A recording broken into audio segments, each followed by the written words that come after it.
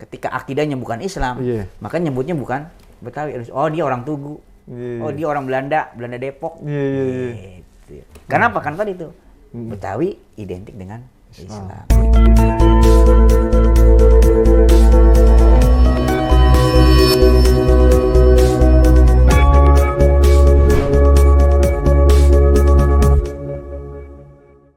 Assalamualaikum warahmatullahi wabarakatuh. Waalaikumsalam warahmatullahi wabarakatuh.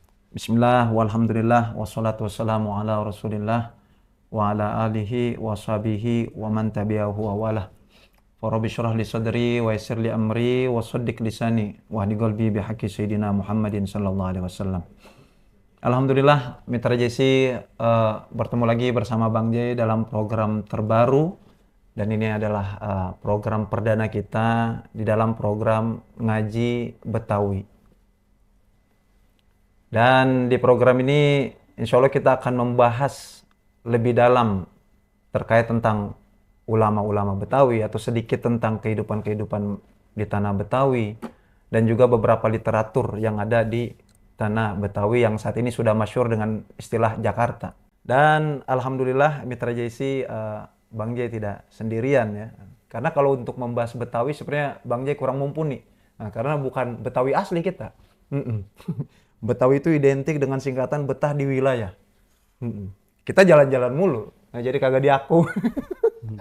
Dan alhamdulillah di samping Bang J kita sudah kedatangan narasumber untuk tayangan perdana kita ini yaitu Kiai Daniel Al-Haz. Beliau adalah salah satu sekjen Forum Betawi Rempuk Mitra JC. Ya, assalamualaikum Kiai. Waalaikumsalam. Alhamdulillah sehat Kiai. Alhamdulillah dengan izin Allah. Masya Allah. Ya. Nah di sini ada Teh Kiai. Kita mungkin ngobrol-ngobrol santai tentang apa namanya literatur Betawi dah ya. Cuman sebelum masuk ke situ, alangkah lebih baiknya Kiai kita kenalan dulu dengan Mitra JC. Assalamualaikum warahmatullahi wabarakatuh. Waalaikumsalam warahmatullahi wabarakatuh. Bismillah, alhamdulillah, wassalatu ala rasulillah amma ba'dah. Mitra JC yang dimuliakan oleh Allah Subhanahu wa Ta'ala, alhamdulillah pada pagi hari yang penter suasana di luar, sehingga pada kesempatan ini kami mendapatkan kehormatan untuk dapat hadir di Mitra JC. Tentu tak lain dan tak bukan dengan ridho dan izin Allah Subhanahu wa Ta'ala. Sehingga pada kesempatan ini dikatakan pagi-pagi enaknya nyarap pakai bakwan dicampur teri. Cakep. Belinya di warung Bang Asmawi. Cakep. Kalau pengen nambah wawasan Betawi, nyok sama-sama kita simak di Ngaji Betawi. Subhanallah. Dengan kita bersama-sama wawasan terkait dengan hal ini, saya merupakan kehormatan yang tinggi dapat tampil dan dapat mendapatkan kesempatan di Ngaji Betawi. Subhanallah, alhamdulillah Mitra JC ya. Kiai sudah meluangkan waktunya untuk Mitra JC semua dalam program Ngaji Betawi. Cuman tadi ada yang menarik kosakatanya Kiai, penter. Iya. Iya, itu apa artinya Kiai? Jadi penter itu bahasa Betawi. Iya. Artinya terang benderang. Terang benderang, penter. Ya, jadi kalau cuaca yang terang, yang nggak mendung, terus kemudian sinar mataharinya juga cakep, sehingga kalau kata orang Betawi, lu mau kemana penter begini? Penter begini. Ya, jadi dalam artian cuaca yang mataharinya, sinarnya maksimal. Masya Allah. Nah begini nih, banyak di antara kita kosakata yang mulai sedikit demi sedikit hilang kayak. Kalau bukan Betawi asli sama Betawi lama kagak dapat biasanya. Alhamdulillah. Makanya dengan adanya Ngaji Betawi ini bukan hanya wawasan tentang Betawi, juga wawasan tentang bahasa Betawi. Masya Allah, ini yang kita tunggu-tunggu. Ya Kiai, terkait tentang ulama Betawi ya. Sampai saat ini banyak beberapa di antara kita yang istilahnya bangga sama ulama luar. Iya. Padahal asli mah tinggal di Jakarta. Bahkan sampai nyari ke luar negeri. Terus akhirnya timbul pertanyaan kadang, apa ulama di Betawi ini kagak ada? Satu. Kedua, kalaupun memang ada di mana? Makanya kita sempat lewat di daerah Penggilingan ya. Situ ada sekolah besar, namanya Al-Watonia. Iya. Di tempat lain juga banyak. Iya. Maka dulu kita kata ini jangan-jangan sekolah franchise. Maka banyak sekolah-sekolah internasional dari franchise kayak gitu. Nah, apa namanya? Karena kita kagak tahu, nggak ada juga orang tempat bertanya, kayak ya. Apa mungkin sedikit lah wawasan tentang Al-Watonia ini, Kiai bisa jelasin sama kita ini, khususnya untuk mitra JC yang ada di rumah. Ya. Terima kasih. Ya. Alhamdulillah pada kesempatan ini bahwa Al-Watonia adalah lembaga yang didirikan oleh Allahyarham Kiai Haji Hasbiyallah bin Mualim Gayar atau Dato Gayar, bahwa Al-Watonia adalah merupakan lembaga pendidikan yang dimana sumber pendidikan tersebut itu pendirinya adalah Kiai Haji Hasbiyallah, yang dimana beliau itu lahir di Klender, dan beliau lahir pada tanggal 29 Oktober 1913 dari seorang orang tua beliau yang bernama Kiai Haji Anwar, atau lebih Nyohornya lebih terkenalnya dengan Mualim Haji Gayar. Dan dengan ibu beliau yaitu bernama Hajah Mamnin. Dan Mualim Gayar ini adalah merupakan 3 serangkai yang dimana beliau ini punya rekan, punya sahabat yang begitu di dalam hal keilmuan. Beliau adalah bersahabat dengan Guru Marzuki dan Guru Said. Guru Said mana nih? Ya, jadi di antara 3 ini, di mana Guru Marzuki ini adalah merupakan guru di semua guru-guru yang ada di Betawi. Kenapa? Karena beliau ini tinggal di Cipinang, Muara. Awalnya adalah beliau itu masih secara garis keturunan ibu dari keturunan Madura. Kemudian dari ayah masih ada keturunan dari kerajaan Patani, Muangtai, dari garis ayah. Nah, di dalam perjalanan Guru Marzuki ini, di mana beliau dalam usia 12 tahun itu belajar di Mekah Al-Mukarramah.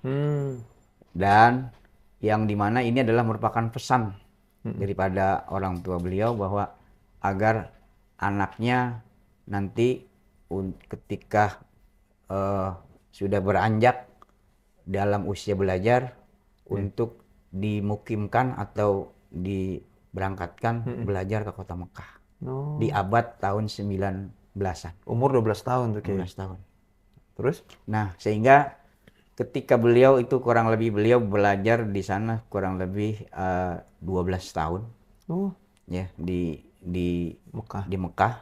Di antaranya banyak guru-guru beliau yang memberikan pemahaman dan pengetahuan tentang agama.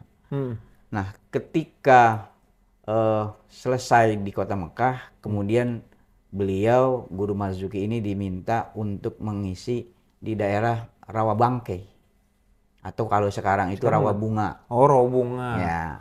Kalau dulu kenapa dinamakan Rawabangkei? Ngapa itu? Jadi di Jakarta itu banyak daerah-daerah yang kenapa namanya unik dan menarik. Seperti Penggilingan. Ya. Kenapa dikatakan Penggilingan? Karena di situ di era zaman penjajahan itu banyak tempat penggilingan tebu. Tebu. Ya. Jadi di sekitaran Penggilingan dulu itu adalah banyak tanaman-tanaman tebu. Sehingga karena di situ banyak penggilingan untuk ngiling tebu, sehingga untuk mengabadikan bahwa daerah ketika itu di zaman masa kolonial tempat penggilingan padi, tempat penggilingan tebu, maka untuk mengabadikan itu daerah tersebut dinamakan Penggilingan. Oh, Gitu. asal kasih nama berarti ya, Ya, ada sejarahnya tuh. termasuk juga kenapa dinamakan rawa Bangkai rawa tadi. bangke Iya. ya, karena di Betawi itu eh, banyak ketika itu yang namanya bangke Iya, itu kan sesuatu hal yang bau. maaf konotasinya kan Iya. kurang, Iya. sehingga karena itu daerahnya kurang harum maka Oh, disebut karena banyak rawa, karena iya. dulu di daerah Jakarta itu kan mayoritas kebanyakan berbentuknya adalah tanah-tanah rawa, Oh, seperti ada rawa Terate, rawa Gelam, iya, rawa iya. Mangun, Romangun. ya, dan termasuk diantaranya rawa bangke, Oh, berarti basically tanah Jakarta tuh rawa. rawa mayoritas rawa. Oh, Seperti di Cakung itu ada namanya rawa Terate, rawa iya. Gelam, Hmm. di daerah teritorial kawasan Oh iya, iya. industri Pulau Gadung. Iya. Jadi rawa bunga sekarang berarti udah wangi Nah, tuh. sekarang karena menghilangkan image yang Heeh. kurang baik, Iya, iya. maka nama rawa bangke diubah menjadi Diubah. rawa bunga. Oh, Kembali ke laptop, bahwa ulama-ulama yang ada di Betawi wilayah timur mm-mm. dan selatan itu sumber dari nasab keilmuannya adalah bermuara dari Guru Marzuki. Yang dimana Guru Marzuki itu nama aslinya adalah Kiai Ahmad Marzuki. Hmm. Dia nama asli, dan beliau itu dilahirkan tanggal 16 Ramadan bertepatan 1876 Masehi. Hmm. Tepatnya di mana? Yaitu tadi di Rawabangke. Oh, Aslinya beliau adalah orang Rawabangke. aslinya situ, lahir Aslinya di orang situ. Rawabangke ya. Oh. Jadi kembali kenapa dengan nama Bangke yang sekarang itu dengan nama Rawabunga, Oh, bunga. yang kecamatannya Jatinegara. Iya, iya, iya. Nah, bahkan Jatinegara dulu bukan Jatinegara.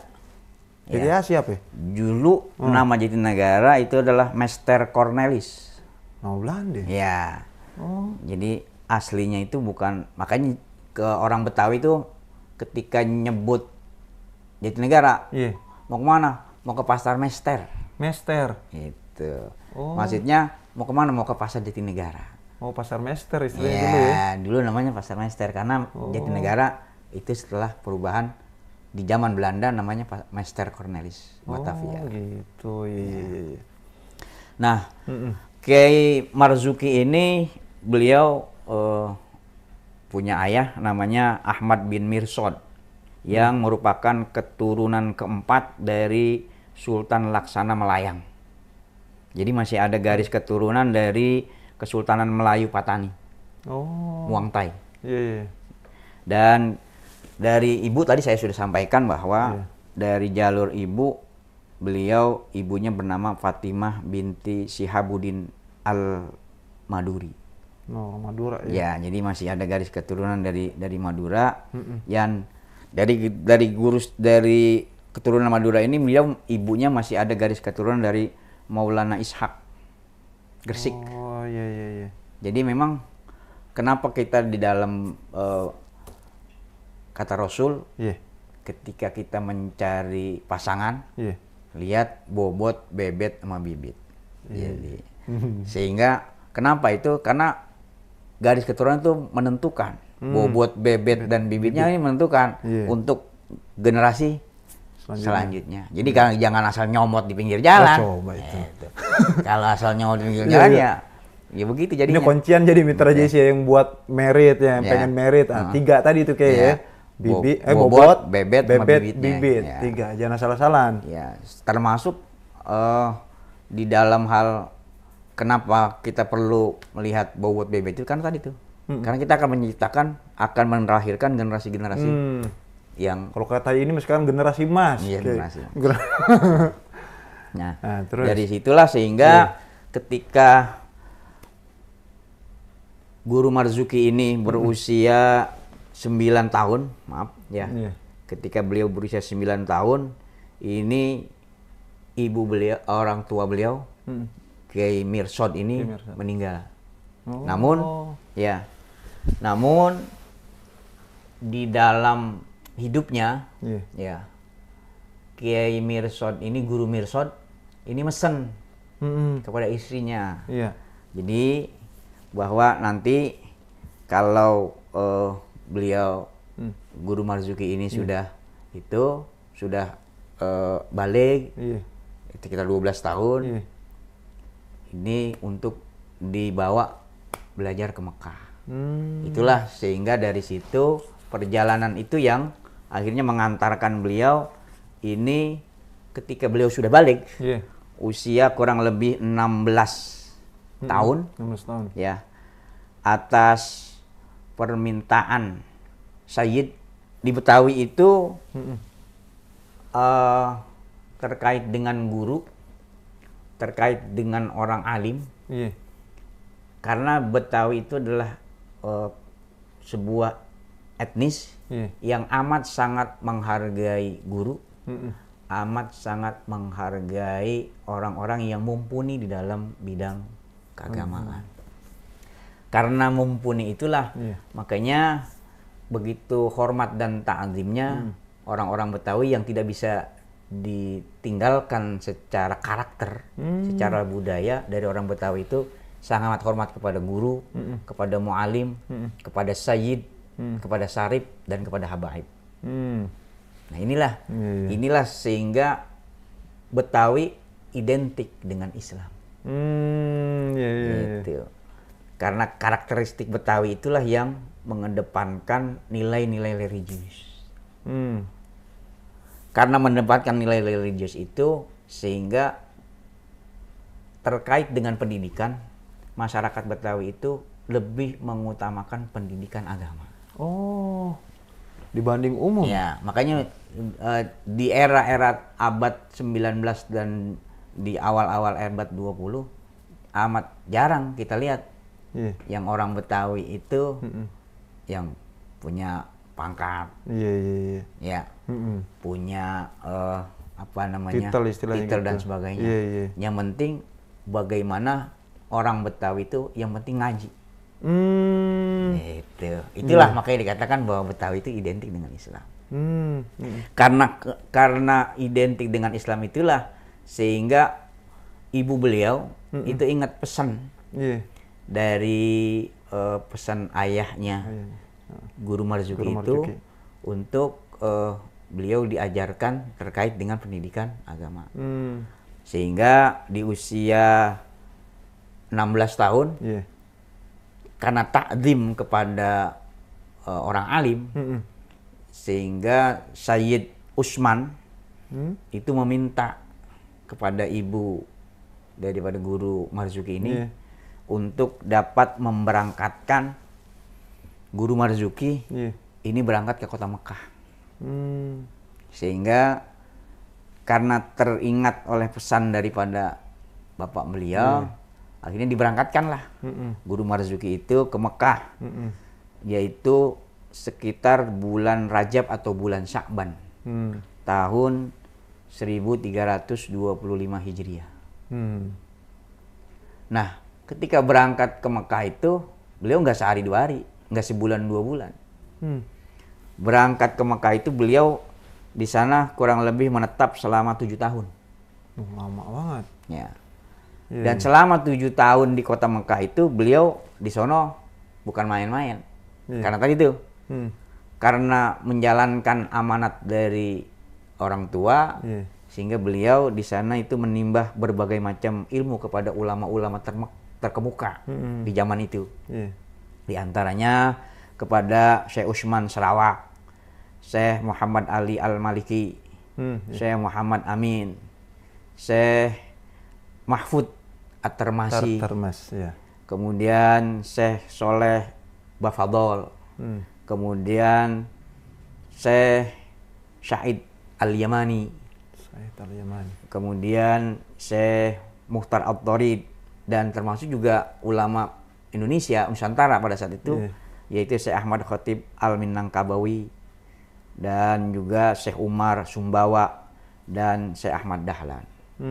Jadi ketika berada di Mekah itu banyak guru-guru beliau yang pada saat itu memang masyhur, bukan hanya ulama Nusantara, tapi ulama dari berbagai macam skala internasional. Dan Guru Marzuki itu mempelajari diantaranya adalah ilmu fikih, ilmu usul fiqh, ilmu tafsir, dan juga ilmu mantek dan sebagainya.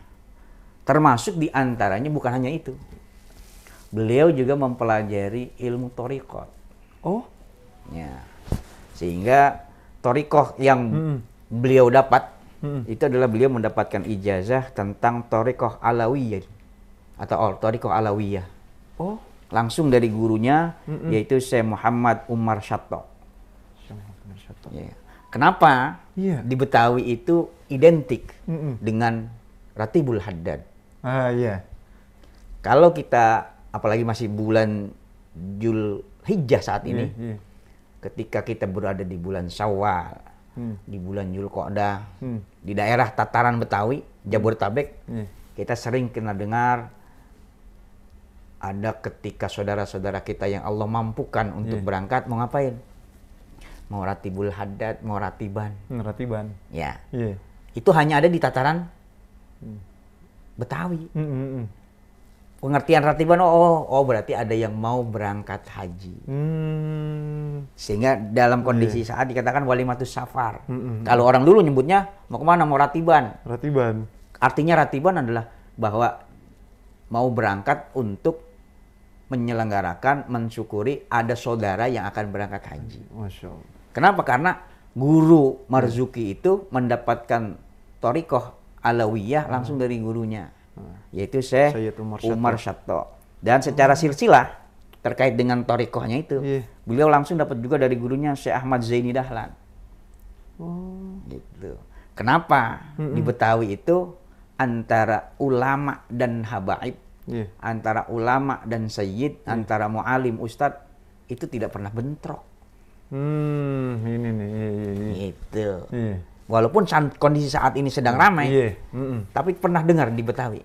Jarang banget. Tidak ada Betawi itu, ya, yang Betawi, yang memang mengangkat menjunjung tinggi derajat orang-orang alim, tidak membedakan antara ulama Nusantara maupun daripada jajaran syarif maupun sayyid dan habaib. Kenapa? Karena pongkol ilmu yang ada di Betawi itu bersumber daripada Kiai Marzuki. Dan Kiai Marzuki adalah pengamal dan pemegang thariqah Alawiyah.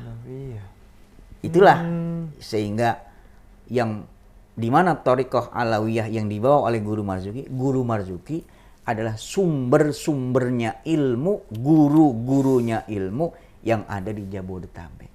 Lah kalau kita maaf terkait dengan pada saat ini yang sedang ramai, berarti sama aja kita ngapain? Ngelawan guru.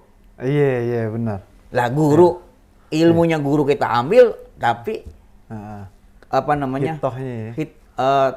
thariqahnya itu kita sampingkan. Nah dari situlah sehingga ulama-ulama Betawi itu amat sangat menghargai dan tidak membedakan. Insya Allah. Yang dijunjung tinggi adalah terkait dengan martabah keilmuan. Saya baru tahu ternyata maksudnya Guru Marzuki itu berthariqah gitu Ki. Ya, jadi thariqahnya adalah Alawiyah. Karena langsung dari guru beliau Umar Syattaq ketika beliau berada di Mekah, di kota Mekah. Dan dari Guru Marzuki ini banyak melahirkan, banyak menelurkan ulama-ulama Betawi. Yang dimana Guru Marzuki itu setelah kembalinya ke tanah air, atas permintaan daripada Syed Umar Banahsan. Umar Banahsan ini adalah merupakan ketika orang tua beliau itu meninggal, kemudian ibu beliau itu menikah kembali. Nah, yaitu dengan Umar Banahsan, sehingga ayah tiri daripada Guru Marzuki itu meminta ketika beliau itu sudah kurang lebih 7 tahun di kota Mekah dengan menimba dari berbagai macam ulama yang masyhur pada saat itu, meminta untuk beliau untuk kembali ke tanah air, yaitu di tahun 1332 Hijriah. Untuk apa?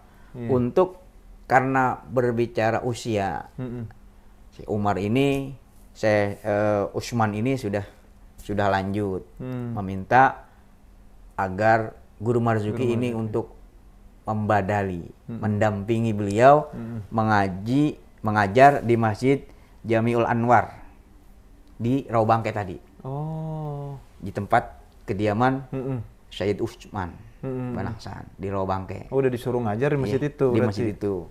Sehingga sampai kapan? Yaitu sampai dengan Sayyid Utsman itu wafat di tahun 1340. Jadi kurang lebih hampir 8 tahun beliau itu mengajar di Masjid Anwar di Rawabangke. Nah, dalam perjalanannya ketika beliau itu di Rawabangke sudah kurang lebih sampai tahun 1340, beliau pindah dari Rawabangke ke Cipinang Muara. Jadi aslinya di mana ibunya aslinya adalah orang Cipinang Muara. Gitu. Jadi di Rawabangke itu ada tempat Sayyid Utsman. Sehingga ketika tahun 1340 beliau pindah ke Cipinang Muara, dan disinilah awal beliau merintis pesantren. Jadi pesantren itu yang ada di Cipinang Muara tahun 1340 Hijriah.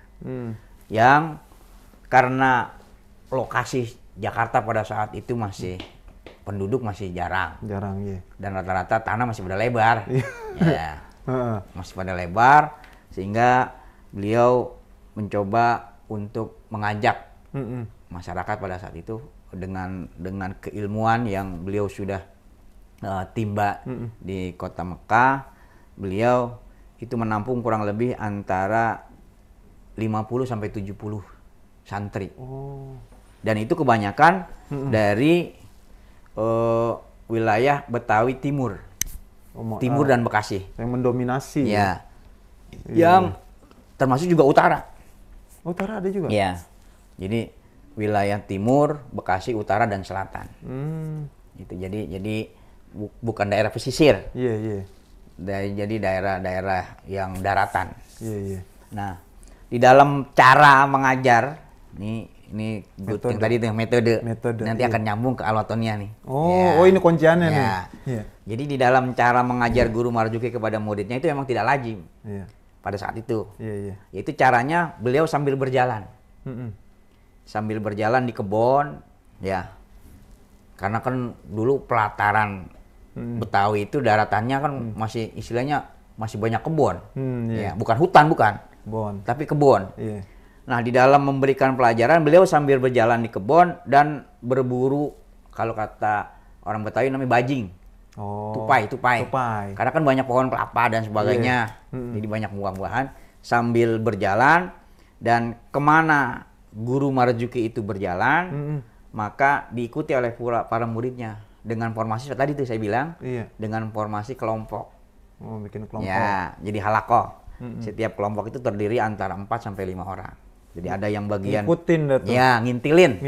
Ya, kalau kata Betawi ngintilin. Jadi kemana kiai pergi, ini santri, yang kelompok itu ngintilin. Sambil berburu. Ya, sambil berburu. Jadi ngintilin itu ngikutin, ngintilin di belakang gitu. Nah, ini yang bahasa ngintilin udah hampir punah. Udah hampir punah, Artinya ngintilin, santri itu ngikutin di belakang. Jadi kemana kiai pergi jalan, santri ngintilin di belakang. Dan di antara santri yang kelompok tersebut, ini ada yang bagian juru baca. Jadi bagian ngebacain kitabnya. Jadi nggak langsung Kiai Marzuki langsung yang membaca. Jadi yang baca murid nih. Cuman Kiai Marzuki itu diintilin kemana dia pergi. Nah, dari pembacaan yang dibaca oleh santri, baru Kiai Marzuki yang menjelaskan. Gitu. Sambil jalan.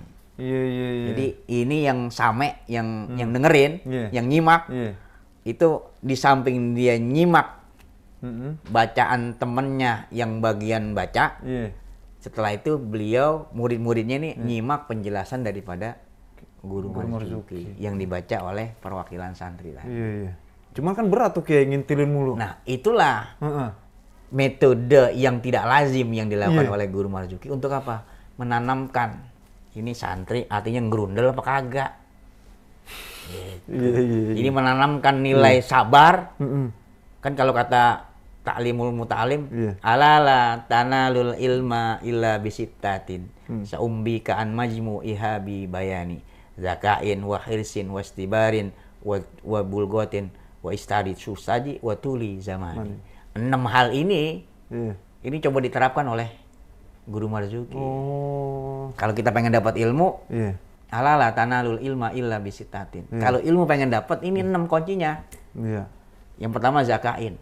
Zaka, apa ke? Zaka itu harus punya otak yang cerdas. Cerdas, oke. Wahirsin, semangat. Lah kalau kagak semangat ngintilin kemana kiai pergi, udah pegel. Lah udah pegel, enggak lah. Iya. Zakain wahirsin wastibarin. Yang ketiga sabar. Ya. Coba. Kemana kiai pergi ngintilin baik kalau kagak sabar. Lah kagak dapat. Pulang kita itu. Zakain wa hirsain wastibarin. Wa tulil jamani. Waktunya panjang. Lama. Wa irsadi ustadi. Harus ada petunjuk guru. Wa bulgoh. Yang penting yang keenam ini bulgoh. Kudu ada ongkos. Gitu. Nah, 6 ini coba diterapkan oleh Guru Marzuki. Oh, dalam metode tadi Iya. Dia harus kalau kagak punya otak-otak cerdas, separuh lah. Sambil jalan coba. Ngembleng. Ya itu. Kalau dia tidak semangat, nggak bisa. Nah, sehingga kenapa metode itu yang tidak lazim dilakukan oleh Kiai Marzuki menyebabkan mayoritas murid-murid beliau adalah tidak menjadi murid-murid yang kalau kata orang Betawi telur tembuhuk. Telur tembuhuk. Artinya apa? Jadi semua telur ibarat ayam nelor nih, netes semua. Jadi semuanya jadi. Sehingga murid-murid beliau kayak Hasbi Allah. Kiai Hasbi Allah murid langsung. Kemudian Kiai Nur Ali, At-Taqwa, Abdullah Syafi'i, Asy-Syafi'iyah, Tohirohili. Tohiriyah. Lah itu kan gembong-gembong guru-guru yang ada di Jabodetabek semua. Itulah yang metode yang menyebabkan keberkahan dari guru kepada murid. Masya Allah. Tapi di zaman ini masih ada metode begitu, Ki? Ada. Sebagian. Untuk di Jakarta belum udah nggak ada. Kalau di Jakarta, kalau di Jabodetabek nggak ada. Iya. Karena apa? Karena tadi itu ditumbuhkan rasa ikhlas, rasa sabar dari murid kepada guru. Coba kalau kagak sabar, lah bisa dibanting itu kitab. Gitu. Iya. Termasuk diantaranya. Sebelum lanjut kayak kita ngeteh dulu, kayak. Iya. Ya Allah, alhamdulillah. Dan itu secara bergantian. Iya. Kelompok ini kelar. Nih kelar nih keluar lagi nih. Bahasa Betawi nih. Apa tuh, Ki? Jadi kelompok ini selesai. Ya. Ganti sama kelompok yang selanjutnya. Terus itu dilakukan. Sehingga dari metode yang dilakukan oleh Guru Marzuki itu banyak di kemudian hari ya murid-murid dari Guru Marzuki itu menjadi tokoh, menjadi ulama-ulama di wilayah Jabodetabek. Di antaranya saya sebutin ya. Guru Jalil itu ada di Tambun. Kemudian Guru Mukhtar Tobroni itu ada di Kaliabang, Bekasi. Yang sekarang itu menjadi pondok pesantren An-Nur. Dan mengembang menjadi Al-Mukhtar. Oh, pecahan dari An-Nur, Al-Mukhtar itu. Al-Mukhtar pendirinya adalah sebelum Al-Mukhtar adalah An-Nur, pongkolnya. Nah, An-Nur itu yang dirikan adalah Kiai Mukhtar Tobroni. Dan Kiai Mukhtar Tobroni adalah murid daripada murid langsung daripada Guru Marzuki. Termasuk putra beliau sendiri, Kiai Abdul Malik. Murid beliau lain diantaranya Guru Amin Kalibata, Muhammad Amin. Kemudian Kiai Naim Cipete. Haji Naim. Nah, Oh. bukan Haji Naimnya, Guru beda Naim. Guru Naimnya. Lain, ya. Oh. Ya, Guru Naim. Iya. Itu Cipete. Kemudian Kiai Abdullah Syafi'i. Wali Mata Asyafi'iyah. Iya. Itu juga murid beliau. Murid langsung. Ya, kemudian Kiai Nur Ali. Mm-mm. Kemudian Kiai Ahfas. Kiai Ahfas ini Malaka, Oh. Cilincing. Iya. Itu kan dari utara. Itu juga Oh, murid murid langsung. murid beliau. Kemudian Kiai Mursyidi Klender. Mm-mm. Ini juga murid beliau. Kemudian termasuk diantaranya muassis Pondok Pesantren Al-Watoniyah, Kiai Hasbiyallah. Mm-mm. Ini juga Murid langsung. murid-murid langsung beliau. Kemudian Kiai Thohir Rohili. Iya. Kemudian Kiai Tanbeh Kranji. Mm. Ini yang di kemudian hari menjadi tokoh NU Mm. di Bekasi. Oh. Jadi memang dari Guru Marzuki inilah Iya. yang menelurkan tokoh-tokoh ulama dan menjadi sumber daripada ilmu sanad keilmuan yang ada di Betawi. Masya Allah. Tapi tadi kita mungkin lebih ke spesifik ke Kiai Hasbiyallah. Ya, Oke. Terkait Al-Watoniyah. siap. Maka Watoniyah sendiri itu didirikan kapan, Kiai?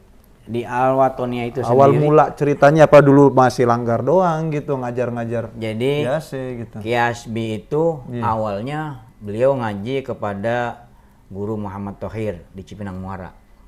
Iya. Itu beliau ini adalah salah satu menantu daripada Guru Marzuki. Oh. Ya, kemudian juga awal selain kepada Guru Marzuki, Kiai Hasbi itu juga belajar kepada Guru Khalid Gondang Dia, Gondang dia.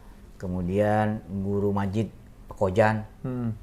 kemudian juga Habib Ali Al-Habsyi Kuitang. Hitam. Ini salah satu di antara, bukan hanya itu, ada 3 serangkai habaib yang menjadi salah satu guru daripada Kiai Hasbi, yaitu Kiai Ali Al-Habsyi Kuitang, Kiai Habib Ali Habib Ali. Al-Habsyi Kuitang, Habib Ali Al-Autos Bungur.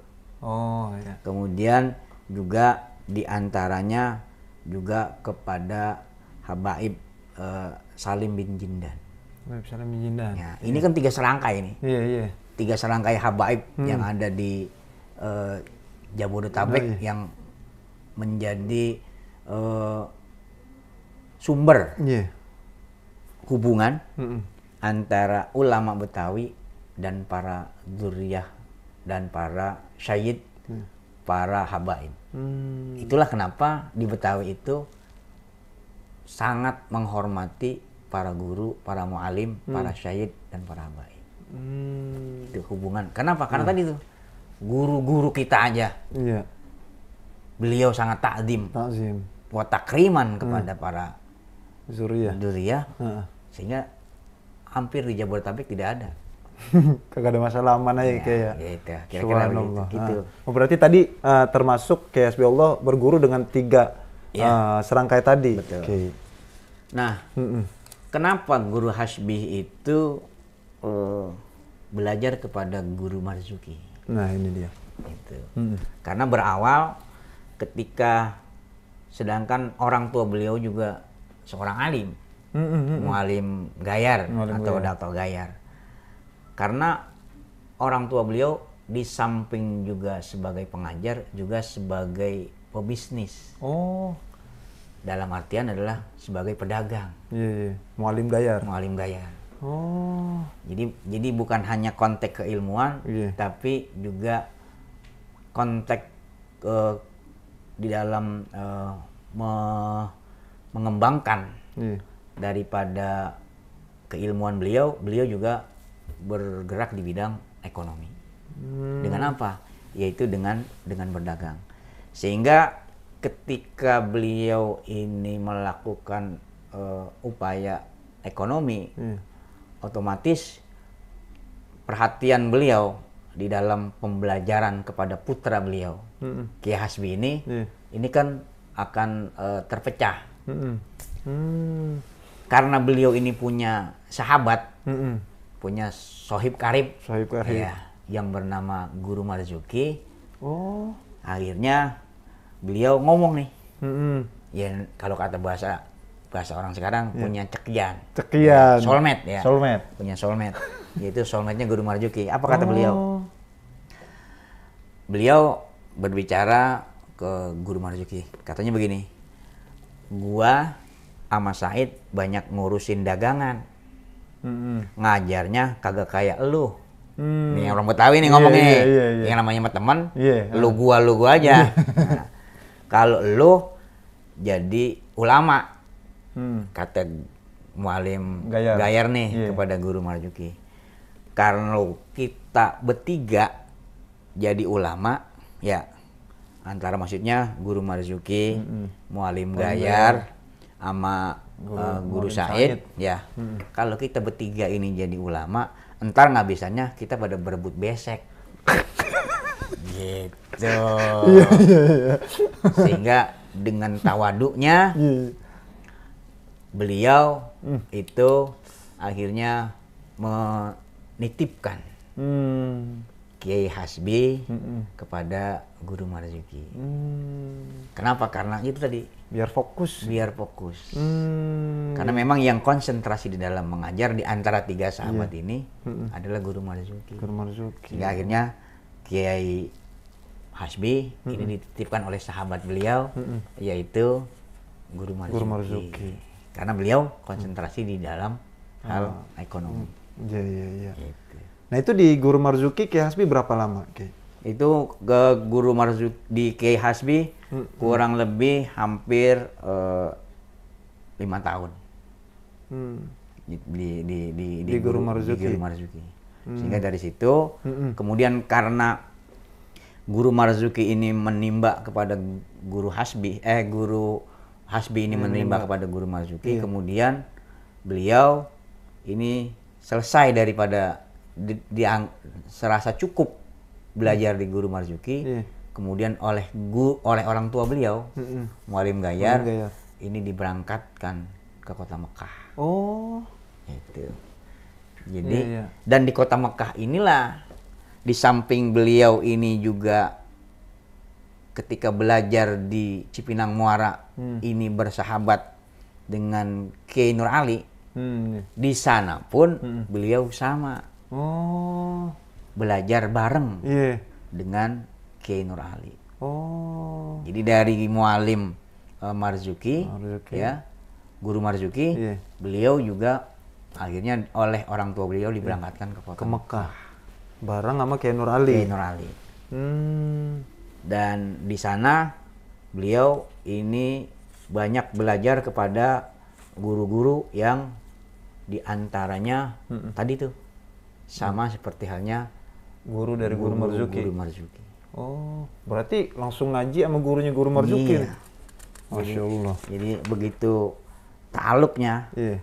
Dan ketika di sana Guru Hasbi itu belajar diantaranya kepada Syekh Ali Al-Maliki, Sayyid Alwi bin Abbas Al-Maliki.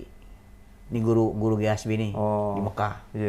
Jadi kan termasuk Guru Marzuki belajar kepada Syekh Ali Al-Maliki, Guru Hasbi pun belajar kepada Syekh Ali Al-Maliki, Syekh Alwi bin Abbas Al-Maliki, Syekh Muhammad Habibullah Al-Singkiti, kemudian Syekh Muhammad Amin Qutbi, Sayyid Amin Qutbi, kemudian Syekh Umar Hamdan, kemudian Syekh Zakaria Billah dan Syekh Fatoni serta Syekh Umar At-Turki. Termasuk juga beliau belajar kepada gurunya Guru Marzuki, Syekh Ali Al-Yamani. Oh, Masya Allah. Jadi di samping belajar kepada sumbernya, langsung kepada sumbernya lagi. Mata airnya udah begitu. Jadi sumber dari sumber. Jadi makanya Guru Marzuki itu menelurkan kader-kader, menelurkan guru-guru yang menjadi penerang guru-guru yang ada di Betawi. Masya Allah. Itulah Betawi era zaman itu benar-benar mengedepankan nilai-nilai pendidikan religius ya. Nah, terus makanya Betawi itu identik dengan Islam. Iya itu ya, tidak bisa terlepas karakteristik tadi. Makanya ketika berbicara Betawi berarti orang berbicara Islam. Masya Allah, ajib. Ketika orang berbicara Betawi berarti dia berbicara Islam. Karena tidak ada Betawi Iya. non-Islam. Iya, iya. Gitu. Ketika orang berbicara Betawi, oh di sono ada, makanya nyebutnya bukan Betawi, oh tapi itu adalah orang Tugu. Oh. Di Depok Iya. ada Betawi tapi dia bukan agamanya Islam, makanya disebut oh itu Belanda Depok. Oh. Gitu. Iya. Walaupun adanya tinggal di tanah Betawi. Iya. Tapi ketika berbicara akidah, Akidah. ketika akidahnya bukan Islam, Iya. maka nyebutnya bukan Betawi. Oh dia orang Tugu. Iya. Oh dia orang Belanda Depok. Iya, iya, iya. Gitu. Kenapa? Karena tadi itu Betawi identik dengan Islam. Jadi berbicara Betawi berarti berbicara Cara Islam. Islam, ajib. Kiai. Subhanallah ya. Kiai, apa namanya? Lalu kemudian Kiai Hasbi akhirnya nuntut ilmu di Mekah. Nah, kemudian sampai akhirnya bikin Al-Watoniyah. Bikin pondok ya di sini apa gimana? Iya, mungkin bikin pondok. Iya. Kiai Hasbi itu bikin pondok di daerah Klender, di tempat kelahiran beliau. Jadi di Klender itu beliau mendirikan lembaga yang namanya Al-Watoniyah, yang kurang lebih dengan metode, ya, dengan metode pembelajaran sama yang dilakukan sebagaimana metode yang dilakukan oleh gurunya. Guru Marzuki. Ya, kalau zaman itu Guru Marzuki adalah metode pembelajarannya dengan jalan. Iya. Nah, kalau Kiai Hasbi itu dengan naik sepeda. Gitu. Naik sepeda nih. Ya, tapi tidak diinjut. Iya, iya. Ngerti diinjut? Ini bahasa Betawi nih. Goes. Digoes. Goes. Ya, kalau kata orang Betawi diinjut. Diinjut. Ya. Tapi oleh Kiai Hasbi nggak diinjut, tapi didorong. Oh. Kiai Hasbi hanya duduk Iya. dengan sarana sepeda. Iya. Yang dorong santri. Iya. Gitu. Sambil ada yang bagian Santri dorong, bacain. ada yang bagian dorong, ada yang bagian baca, ada yang bagian nyimak. Yang syarah ntar Kiai Hasbi Hasbi. yang bagian nerangin. Gitu. Oh, metodenya sama ya? Gitu. Karena zaman dulu kan Betawi masih lega. Gitu. Masih lebar. Sekarang udah sempit. Gitu. Iya, Kalau iya. sekarang kemana aja mentok. Ya. Nah, di situ santri udah langsung banyak Ya. di Klender. Jadi karena zaman itu kan tidak ada pakai iklan. Iklannya dari mulut ke mulut. Benar, ya. Iya, iya, iya. Apa? Karena pada saat itu pesantren yang di tempat Guru Marzuki, ya, ini kan karena tahu bahwa ada muridnya Guru Marzuki yang memang belajar langsung dari Mekah, yang baru pulang, sehingga dari mulut ke mulut, di mana memang karakter daripada Kiai Hasbi ini adalah orang yang moderat. Oh. Gitu. Orang yang tidak kaku. Iya, nggak kaku. Ya, karena orang yang tidak kaku inilah menyebabkan orang dari karakter Guru Hasbi ini banyak orang yang pengen belajar kepada Kiai Hasbi. Itu yang dengan apa? Dengan pakai iklan. Kalau zaman sekarang kan pakai iklan. Iya. Nah, zaman dulu dari mulut ke mulut. Oh loh, ada guru, anak muridnya Guru Marzuki, buka lembaga. Sehingga dengan melihat karakter daripada Guru Hasbi, sehingga banyak masyarakat Betawi itu berbondong-bondong menitipkan putranya untuk belajar di tempat Kiai Hasbi. Kiai Hasbi. Dengan metode yang sama tadi. Dengan metode yang sama. Pakai sepeda tuh. Ya. Dorongin gitu. Termasuk di antaranya salah satu murid daripada Guru Hasbi adalah yang menjadi direktur PPIJ. Ya. Ya itu. Pimpinan kita. Ya. Kiai Haji Ahmad Sodri. Itu adalah salah satu murid daripada murid langsung dari Kiai Hasbi. Kiai Hasbi. Nah, kemudian terkait nama Al-Watoniyah. Nah, terkait dengan nama Al-Watoniyah, jadi karena begitu cintanya beliau kepada tanah air, maka dinamakan Al-Watoniyah. Oh. Sehingga ketika murid-muridnya itu yang menimba ilmu di tempat beliau, beliau sampai berpesan apa ini kepada muridnya nih. Ya. Tadi tuh dengan metode yang disampaikan oleh Kiai Hasbi di dalam metode pembelajarannya itu, agar ilmu itu tidak hanya terkungkung di Klender, ya, sehingga beliau pesan kepada murid-muridnya, bikin madrasah di rumah lu, Ini bahasa orang Betawi nih. Betawi. Ya, bikin madrasah di rumah lu, walau dari tiang atau kayu kedondong, kasih namanya Al-Watoniyah. Oh. Sehingga bertebaranlah nama Al-Watoniyah karena tadi itu Iya, iya. pesan dari guru Iya. Hasbi, kemana aja bikin. Iya. Kalau dulu udah selesai dari Al-Watoniyah, bikin di tempat lu, walaupun cuma dari tiang atau dari kayu dondong, kasih namanya Al-Watoniyah. Al-Watoniyah. Makanya sekarang kalau kita bicara di mana-mana, Iya. di Bekasi, Iya. di Jakarta Timur, di Jakarta Selatan atau di Jakarta Utara, banyak bertebaran nama Al-Watoniyah. Berarti itu alumni dari Al-Watoniyah. Alumni dari Al-Watoniyah. Nah, tapi terkait penamaan, Kiai Hasbi dapat royalty nggak, Kiai? Dari informasi yang kami tahu nggak ada. Masya Allah. Jadi nggak ada. Jadi tidak ada, kalau kata zaman sekarang, franchise ya? Iya. Ya nggak ada. Ya Allah, ikhlas benar Ya, begitu. pokoknya yang penting dia adalah Iya. murid daripada Kiai Hasbi, udah namain. Tujuannya apa? Berkah itu biar mengalir. Masya Allah. Dan ternyata dengan tanpa sisi ekonomis, keberkahan itu terus mengalir. Banyak banget udah ini. Kalau kata orang Betawi, bejibun udah sekarang. Bejibun Al-Watoniyah. ya, bejibun. Nah, terkait misalnya si alumni Watoniyah tadi, Kiai, itu sistem atau metode pengajaran di Watoniyahnya dia, apakah harus mengikuti sistem di Kiai Hasbi? Atau memang terserah dia aja udah? Jadi kalau Bagaimana itu? metode yang dilakukan di Al-Watoniyah itu yang sepengetahuan kami tidak seperti yang dilakukan pada saat Kiai Hasbi mengajar. Jadi sudah mengikuti metode-metode kelas atau metode-metode halakoh pengajian. Jadi dengan sistem ngaji. Karena pondok-pondok pesantren di Jabodetabek itu rata-rata bukan pondok pesantren modelnya, dengan majlis taklim. Gitu. Sebenarnya itu adalah pondok-pondok pesantren yang ada di Jabodetabek. Secara tidak langsung kayak. Iya. Karena dengan sistem, kalau kata orang Betawi, dengan sistem deprok. Ya, pakai lekar. Iya. Nah, itu yang dilakukan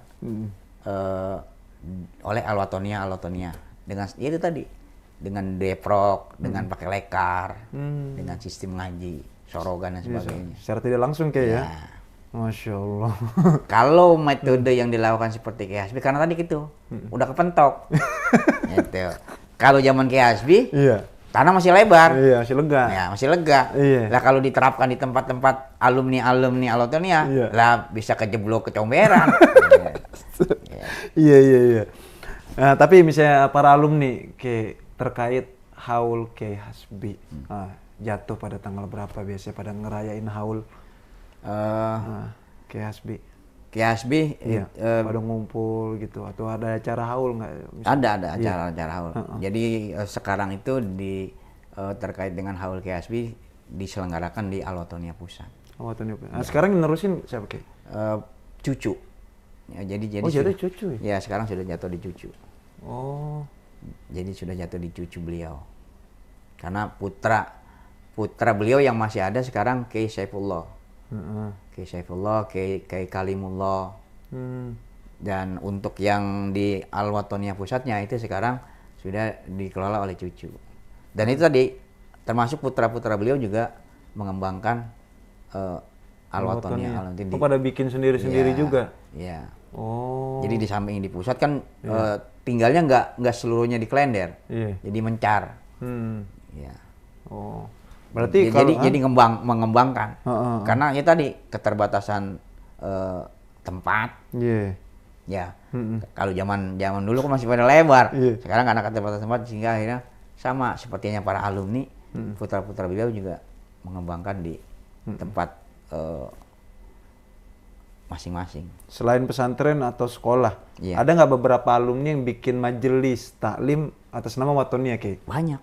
Ada juga? Banyak. Majelis taklim Al-Watoniyah begitu? Banyak, iya. Oh, ya kan tempat udah sempit ini. Iya, banyak. Oh. Jadi bukan hanya sekolah.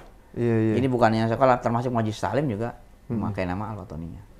Tapi dari pantauan Kiai, Al-Watoniyah yang paling berkembang untuk daerah Jakarta? Di antaranya yang di Jakarta Utara Iya. itu Kiai Mulki. Hmm. Kemudian Kiai apa namanya untuk Jakarta Timur Kiai Ahmad Sodri. Ahmad Sodri. Ya.